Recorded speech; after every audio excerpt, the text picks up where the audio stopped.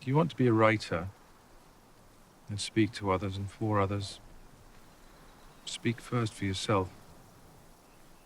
Search within. I want to touch on the political side of Shakespeare's plays and stories, because I think that we can always find a political moment for one play. Certainly King Lear is on the mind of a lot of Americans right now for reasons not just Trump, but other, I mean, I think of the Murdochs as well, this idea of an aging barons of certain, who then have to pass it on and legacy. Do you sort of see King Lear as an apt play for this era in the Trump times we're in? It's very relevant. It always is, and for different reasons. I do think that King Lear touches on very pertinent things. First of all, a sense of contained outrage by previously voiceless people.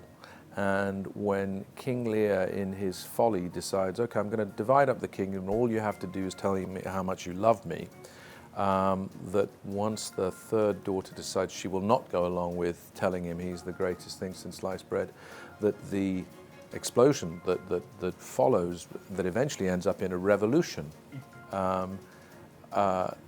taps into a barely contained rage that I think is out there right now from those who've not been heard before, or those who feel they have been subjugated by regimes of whatever kind, domestic or commercial or political. And then the gap in understanding, as you might call it, between those who have assumed or believed they understood things about what other people understood, and then are astonished at the rifts, the depth of feeling, the distance between people in terms of point of view or even perspective or understanding in any way, is astonishing and seems to require or unleash a desire for, you know, the destruction of people with a different point of view. So there's a tremendous lack of forgiveness in King Lear as well that is perhaps also something that our world, you know, is experiencing as a sort of savage and judgmental and instant and violent division. So yeah, from that point of view, fairly pertinent.